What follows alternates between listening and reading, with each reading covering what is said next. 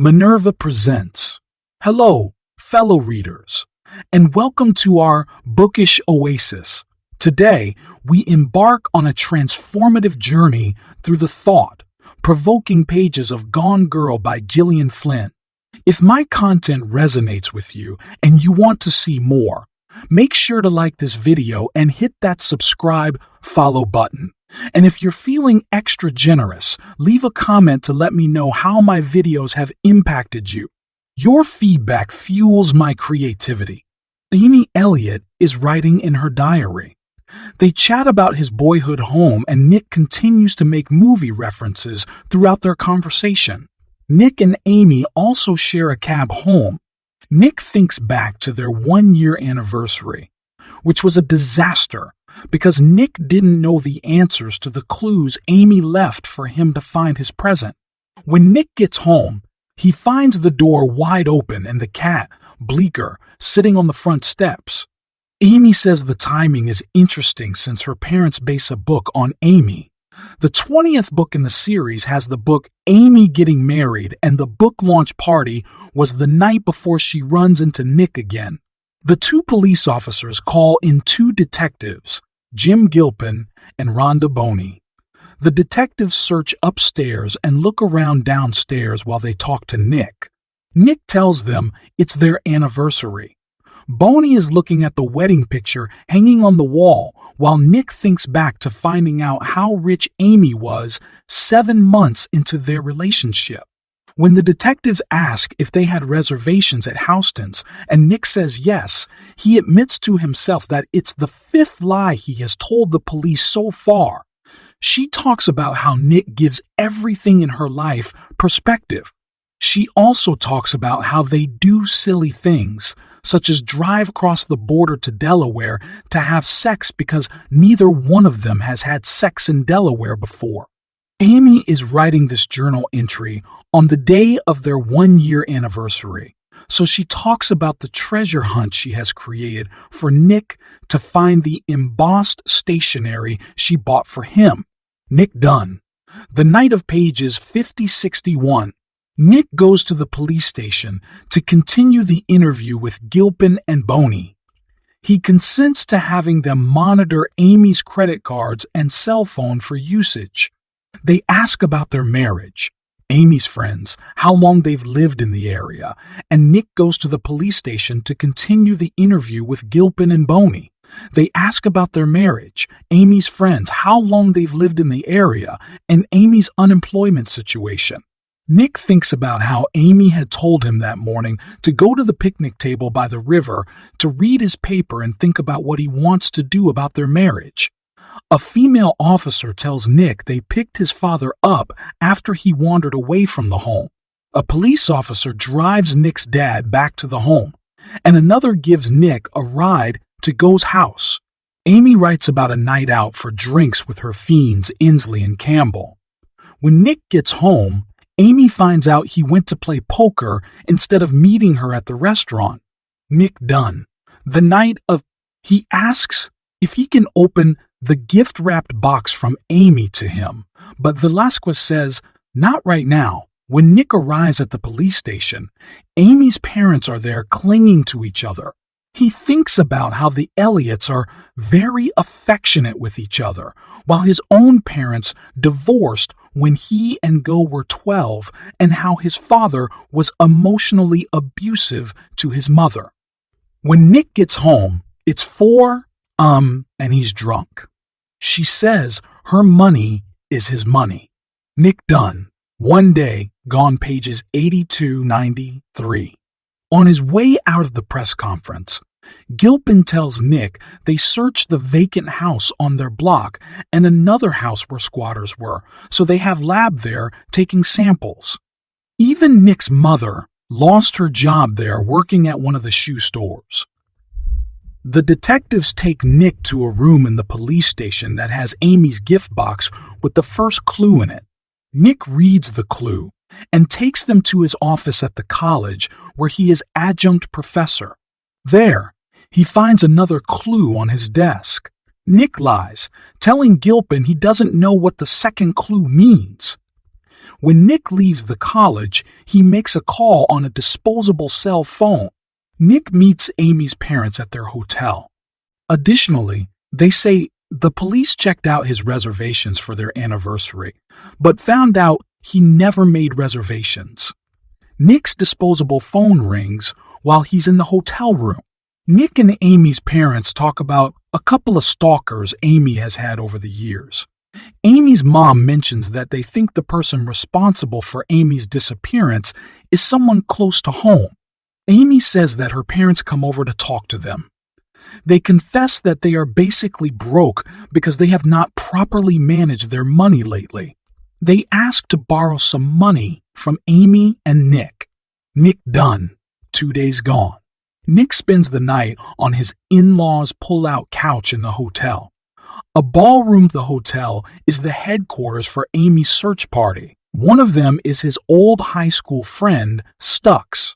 Stux tells Nick that the EO Blue Book men, which are the factory workers that used to produce blue books for schools, are camping out at the empty mall now.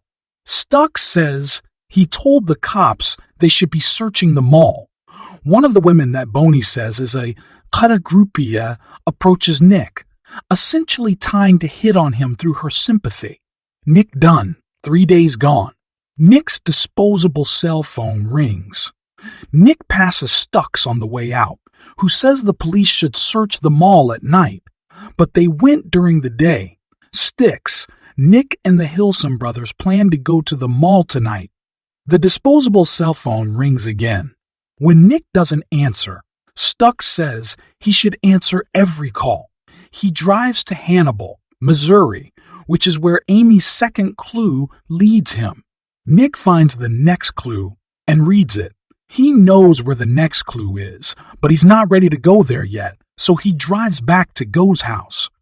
When they make it to the area where the Drew guys are, they talk to a man named Lonnie, who is a blue book boy. When Nick shows him Amy's photo, Lonnie recognizes her, saying she wanted to buy a gun. When Bill Dunne, Nick's father, sees Amy at the housewarming party, he asks what she's doing in their house. He says she has some nerve being here. Nick Dunne, 4 days gone. They talk about the neighbor, Noelle Hawthorne, and how she told the police she and Amy were best friends. Nick says her husband said Noelle was looking at pictures of Amy and crying hysterically. Rand mentions Noelle quoting from an amazing Amy book about best friends. Rand and Nick meet with the two detectives at IHOP. The detectives say they are looking at a more personal motive and that they've spoken to Lonnie. They say that Amy's 2 stalkers are on their list and that Noelle is on their list too. They mention picking Nick's brain for more information, especially about the argument their neighbor overheard them having the night before Amy disappeared. Nick's disposable cell phone vibrates in his pocket. She offers to drive him home, but he wishes she would just go away because people are starting to stare. When Shauna leaves, Noelle appears. Noelle insists she does and will share it with the police when they get around to talking with her. Nick drives to the vacant house where his father once lived because this is where Amy's clue leads him. He doesn't know what the next clue means, decides he's mad at all women, but his sister, and goes to her house. After Go is in bed, Nick's disposable cell phone gets a text and it's someone saying they are outside and for him to open the door. The proposal is about endings and beginning and mentions his wife resenting him for moving her out of her New York life. Nick Dunne, 4 days gone, pages 156, 167. When Nick goes outside, he sees Andy standing there. He thinks about she was his student in his class and how Andy seduced him. He says he really loves Andy and that she fulfills in him everything that Amy no longer did. The affair starts when Andy comes into the bar after a bad date. This is the night that Nick realizes he doesn't love Amy anymore, which is over a year ago now.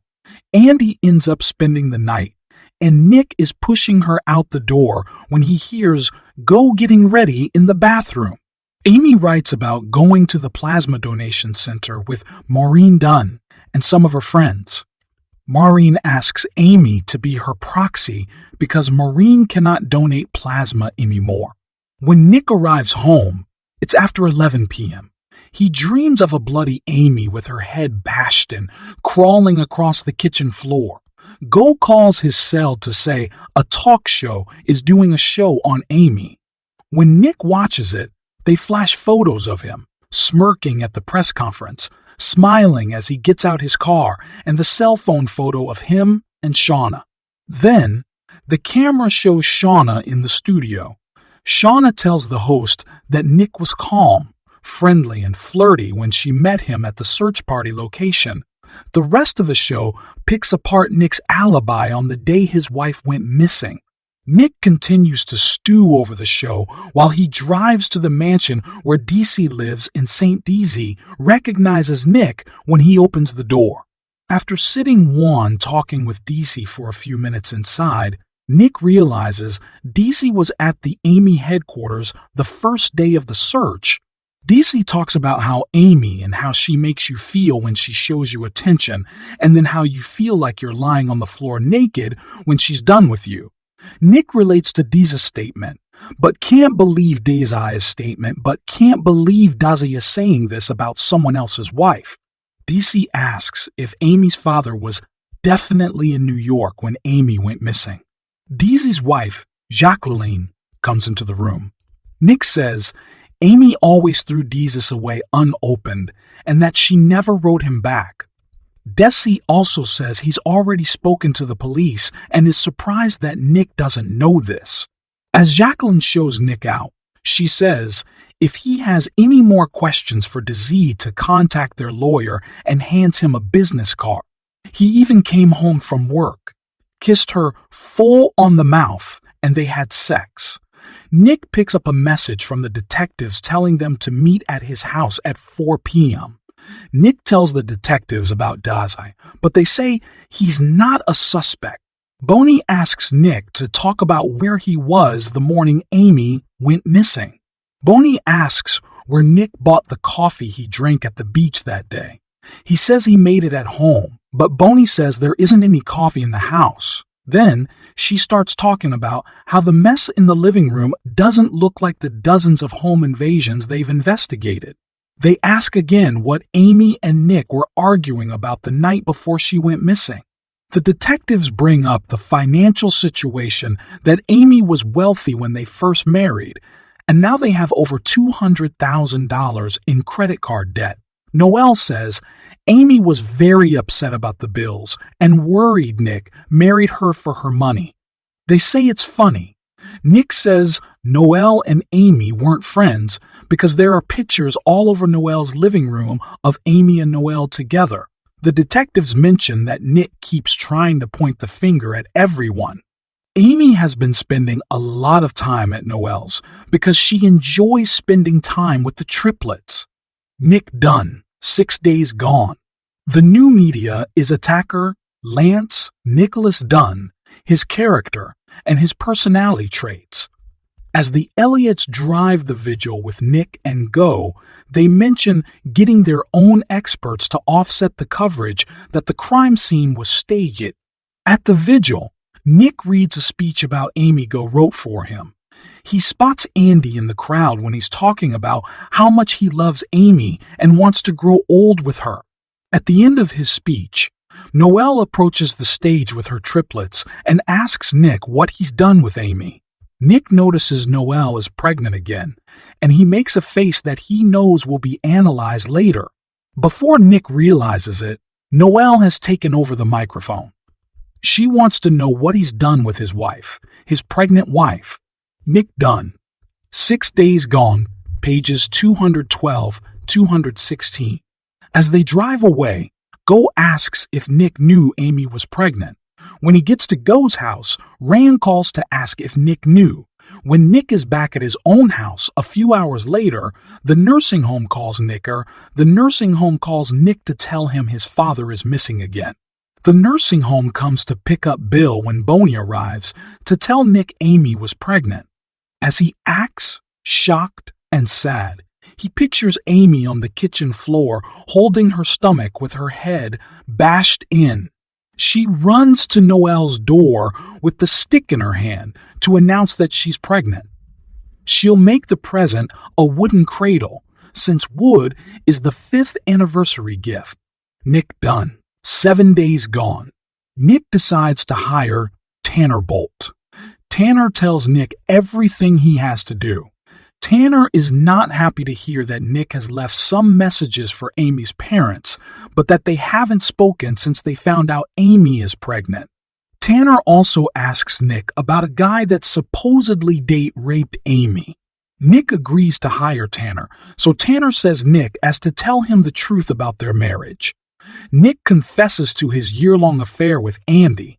Tanner says he has to end it. On the plane ride home, Nick goes from being in love with Andy to not being in love with Andy to not being in love with Andy. Amy Elliott Dunne, the day off. She is driving away from Missouri now. Amy blames her parents because her mother had 7 miscarriages and stillborn babies before Amy was born. When Nick enters his sister's woodshed, it is filled with all of the purchases that were on the credit card statements the 2 detectives showed to Nick. The woodshed is also one of the places that Nick had sex with Andy many times. He realizes that the locations where Amy has been leaving the clues are all the places he has cheated on her with Andy. When he opens it, it is a male wooden puppet, female wooden puppet, and a baby wooden puppet and a baby wooden puppet. They believe the puppets are a clue, that Amy is trying to tell Nick something, but they aren't sure what it is. Go figures out they are Punch and Judy dolls from an old puppet show where Punch kills their baby. Amy Elliott Dunne, the day of pages 246-252. She saw him leave with the young girl and eventually push her up against a tree to kiss her and fondle her before going up to her apartment. She explains how she is driving away in a used car she bought 5 months prior to her disappearance.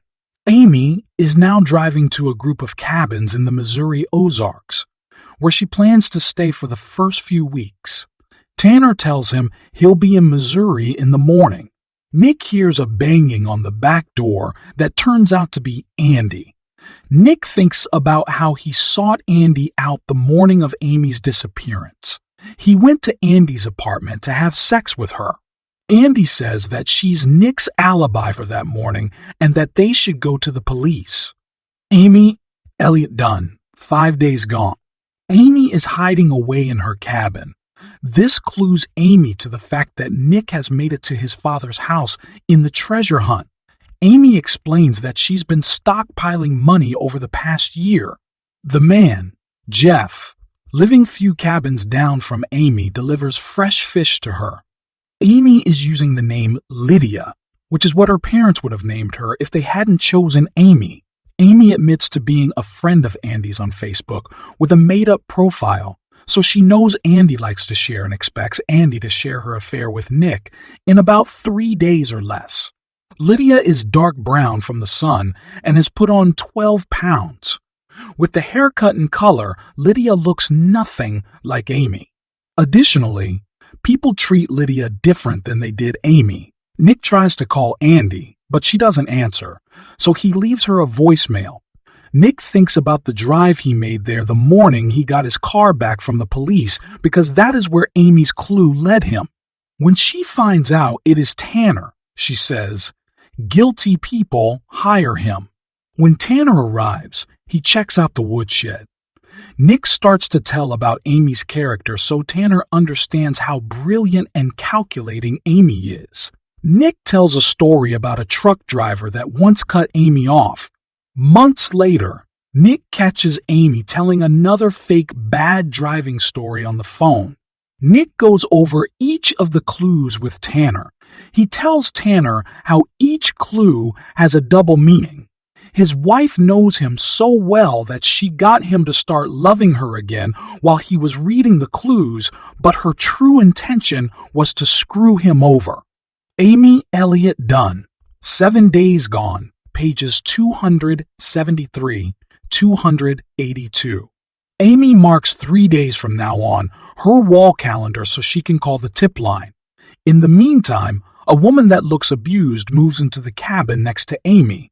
When the girl shows up at the pool where Amy is, Amy introduces herself as Nancy instead of Lydia. The girl introduces herself as Greta. Greta invites Amy to her cabin. The talk show comes on covering Amy's story. Greta says Amy sounds like a stuck-up bitch spending her husband's money. Amy thinks about how she did nice things around Missouri since she created her plan. She used to visit Bill Dunne at the home and whisper in his ear that they loved him and that he should come live with them. When Greta returns from the bathroom and the show continues, Greta says she hopes it isn't true that Nick killed her Amy. Mary Beth expresses her surprise at Nick hiring Tanner Bolt. After they leave, Nick calls Tommy O'Hara, who is the guy Amy accused of date rape. Nick introduces himself and Tommy tells Nick to call back in 10 minutes. Nick calls back and Tommy says this is a conversation he needs a drink to have, so he is in a bar. He tells Nick that he and Amy were dating for a few months, and when Tommy started dating someone else and making excuses not to see Amy, Amy found out about it. Next thing Tommy knows, the police are at his door saying she was raped.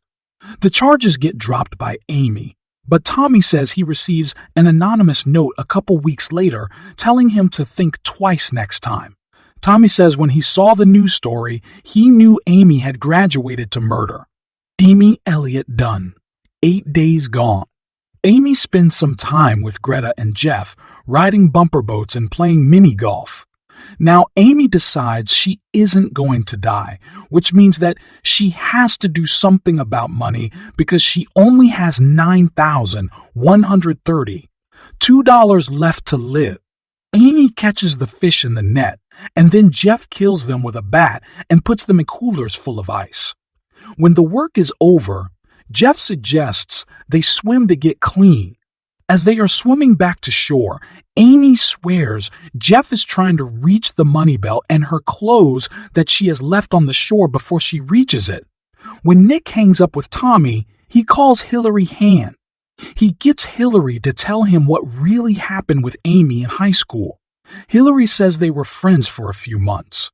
Amy called Hillary Susie, which is amazing, Amy's sidekick from her parents' books. Amy got Hillary to do stuff like buy clothes like Amy's when they went shopping, or to tell Amy's mom that Hillary was Amy now, her daughter, just as a joke.